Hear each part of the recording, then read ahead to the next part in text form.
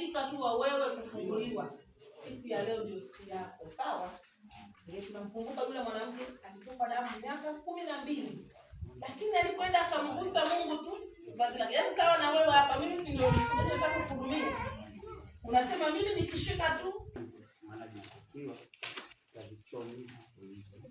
Kama Mungu wengine tuanze huduma hapa.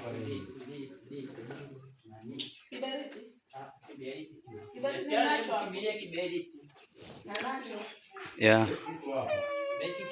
Hapa tunataka kufanya huduma ya kuombea mtu ambaye ameleta uganga, vitu vyake vya kiganga kwa ajili ya kuviombea.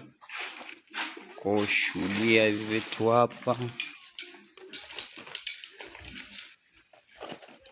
Damu ya Yesu na hivi ni vitu vya kiganga kama unavyoviona hapa. Kwa hiyo mganga ameamua kuachana na mambo ya kiganga na kumkubali Yesu kama unavyoona. Ametoa uchawi wake, ametoa matunguli yake. Damu ya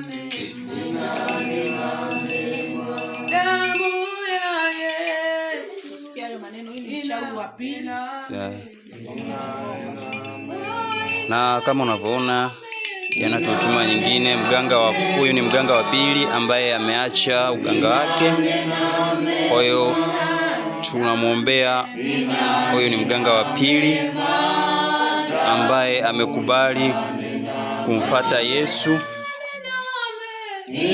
na kutupa uganga wake wote, na tunaenda kuzichoma moto kama unavyoona na kufunguliwa kabisa. Kwa hiyo Mungu azidi kukuonekania katika haya. Kama unavyoona hivyo ni vyuma vya kiganga. Vitu vyake alivyokuwa akitumia kwenye kutibu watu, anavichoma na amevisalimisha kwa Mungu kama unavyoviona hapo. Yote yanawezekana alipo Yesu, yanawezekana alipo Yesu, alipo Yesu. Yote yanawezekana alipo Yesu, yanawezekana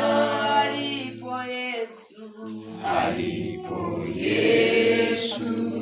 Yote yanawezekana alipo Yesu, yanawezekana. Yanawezekana. Yanawezekana. Yanawezekana alipo Yesu, yanawezekana. Mambo yote yanawezekana, yanawezekana alipo